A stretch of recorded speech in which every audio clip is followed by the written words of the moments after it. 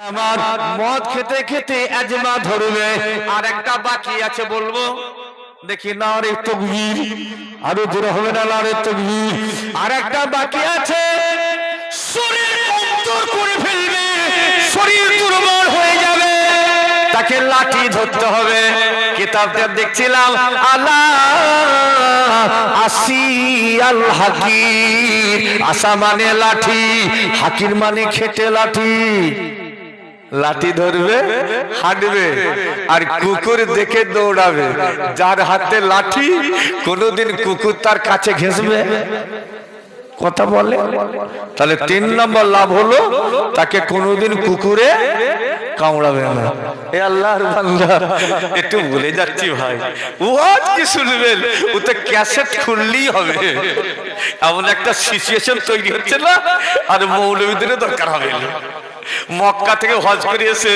সে বলছে হুজুর আমি 30টা ক্যাসেট এনেছি কটা কিসের রে কারি বাসের সাহেবের 30টা কোরআন শরীফের ক্যাসেট এনেছি কোন সবরেশানি দরকার হলে ব্যাস একটা করে চাপাবো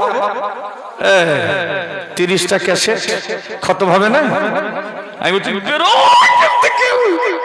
খুব চালাক না 30টা ক্যাসেট চাপিয়ে দেবে এক খতম হয়ে যাবে ওর বাপ মানমারে সবরেশানি করবে আমরা কোনোদিনই হবে না কোনোদিনই হবে না তো এখন যা বাবা সব বৈজ্ঞানিকের যুগ তো যা মোবাইল বেরিয়েছে না শুধু একবার নামটা বললে হয় মিজানুর রহমান সাহেব হযরতে হুজুর দেলওয়ার হোসেন সাইদি সাহেব একবারে বলা মাত্র ঝাঁকা ঝাঁক কথা ঠিক কিনা বলে আল্লাহর খাস বান্দারা একটু ঠান্ডা মাথায় বোঝার চেষ্টা করুন মদ আদৌ ভালো জিনিস না আমাদের ছেলেদেরকে সাবধান করে যাচ্ছি তবে সবাই নয় তবে একটা একটু স্লিপ খাই তো নাকি বাবাজি মদ এমন একটা জিনিস মদ খাবে শরীরে ক্ষমতা এসে যাবে তবে এক দাগ যখন পড়বে আচ্ছা মুশকিল দাগের উপরে দাগ পরে দেখবে মদটাকে খাবে বেশি দিন সে লাস্টিং করবে না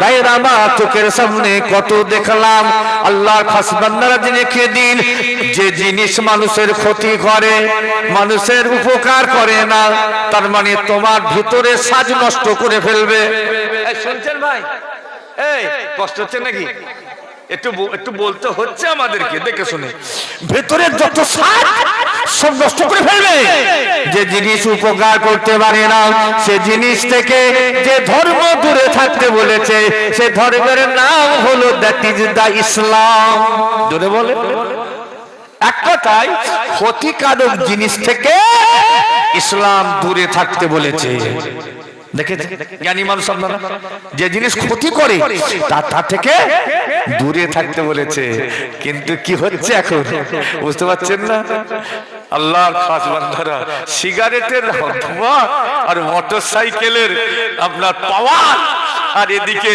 ও খাটতে হচ্ছে নি খাটতে হচ্ছে নি বসে উপায় ঠিক না বেঠি একদম রাগ করবেন না একদম আল্লাহ বলছি খবরদার মেহনত করেন আল্লাহর হুকুম অনুযায়ী নিজের জীবনকে তৈরি করেন আল্লাহ পাক কাল কিয়ামতের ময়দানে হিসাব নেবেন মনে আছে তো এই বান্দা আমার তোমার যৌবনটা তুমি কিভাবে কাটিয়েছো হে বান্দা আমার তুমি কোন রাস্তায় ইনকাম করেছো হালাল রাস্তায় না হারাম রাস্তায় শুনছেন তো প্রশ্ন হবে হালাল রাস্তায় উপায় করেছো নাকি হারাম রাস্তায় এমন করে আল্লাহ বলবেন আমার দেওয়া রিজিক কোন পথে ব্যয় করেছো হালাল পথে না হারাম পথে বুঝতে পারছেন নি আল্লাহ হিসাব নেবে আল্লাহ নবী জানাচ্ছেন বান্দেগানা নামাজটা পড়বে হারাম থেকে দূরে থাকবে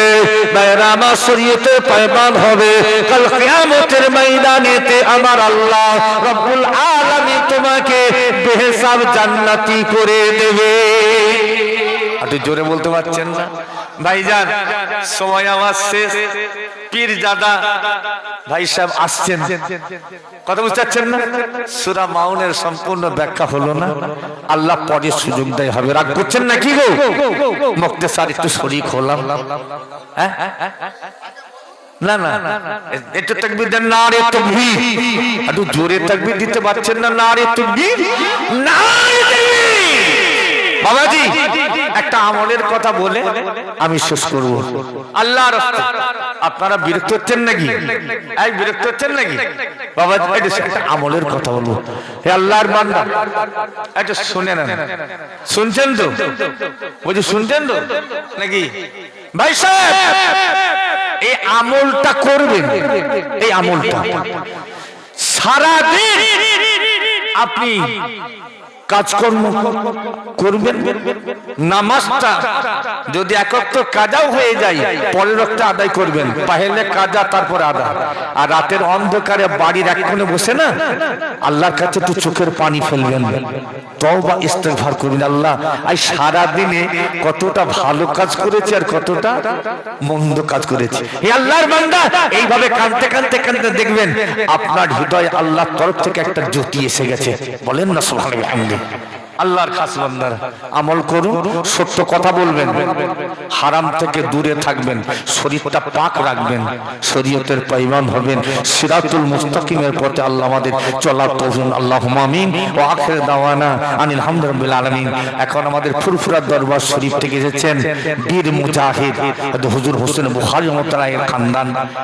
ওনার আব্বাজান মোস্তফা আল্লাহর ওলি পীরজাদা, আর ওনার নানার পরিচয়টা নতুন করে দিতে লাগে না। তুই বলছি ছোট হুজুর পীর কেবলা রহমতুল্লাহের নাতি।